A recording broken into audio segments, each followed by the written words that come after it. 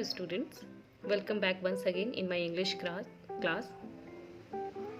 In this video, I am going to help you in answering the questions of the chapter Brown Wolf, which is written by Jack London. So, I guess you have already understood the chapter, read it properly.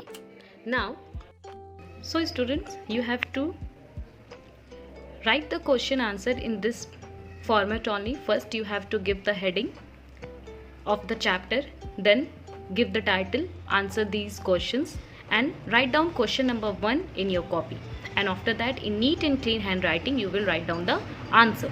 Here is the first question, that why did Madge and Walt have to work so hard to win over the dog? So the reason behind is that the dog was very unsociable and he also refused to let them touch him. So that's why Madge and Walt had to work so hard to win his love or to win over the dog. The next question is, in what way did Walt ensure that the dog would be returned to him whenever he ran away? So for this, Walt got a metal plate on which he has written his cottage's address and attach it to the dog's collar. So in this way he spotted him wherever he ran away or wherever the dog disappeared. Third question is, what did Walt and Madge notice about the dog's repeated disappearance? What did they guess from it? So Walt and Madge noticed that every time the dog fled in north direction, and they guessed that it must be homing instinct that takes him always to his original living place. That's why he always fled in the north direction. Number 4th question is, who did Madge and Walt meet on the trail one day? Where had this person come from? So on the trail one day, Madge and Walt met Skiff Miller. He had came from Klondike, a region in northwestern Canada. The 5th question is, he lifted one of Wolf's foreleg and examined the foot pads. Who is he? So here he refers to Skiff Miller. From Wolf's behavior in the past, do you think that the dog would have let any stranger touch him like this? Why or why not? So from the last behaviors or from Wolf's behavior in the past, the dog would not have let any stranger touch him like this because he was very unfriendly, unsociable. He always refused the touch of any other person. But as Skiff Miller was his master, his real master, so he allowed him to touch him. The next question is 6th number. The man was evidently a humorist. What made Madge think this way about Skiff Miller? Was he really making a joke? Give reason for your answer. So when Miller was rubbing the foot pad of the dog, he barked, and it was the first time when the dog had ever barked.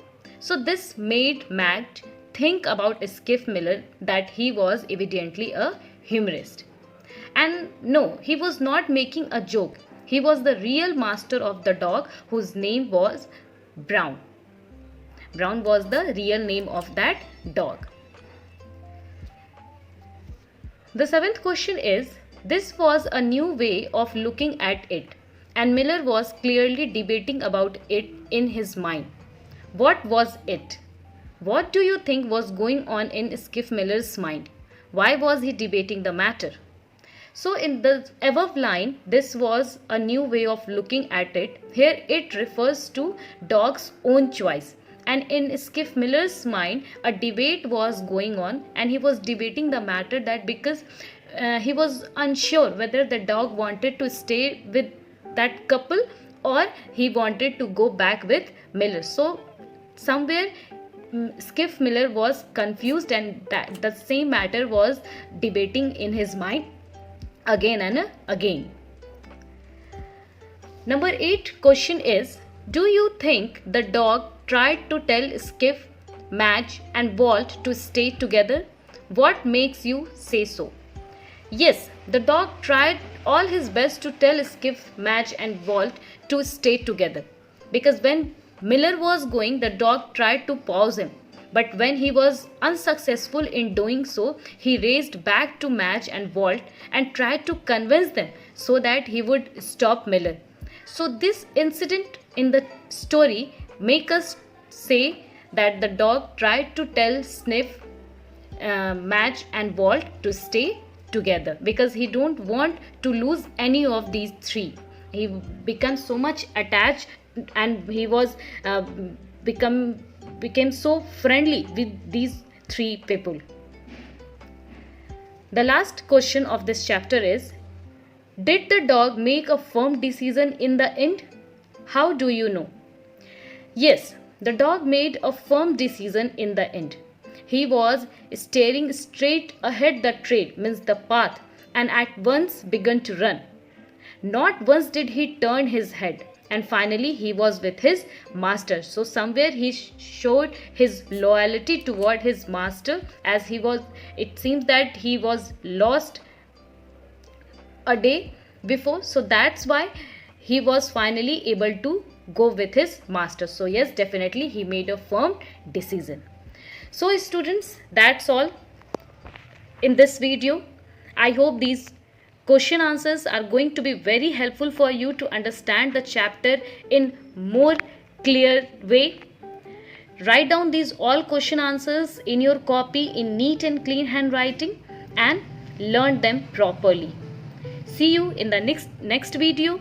Till then, take care, stay fit, stay healthy. Thank you so much.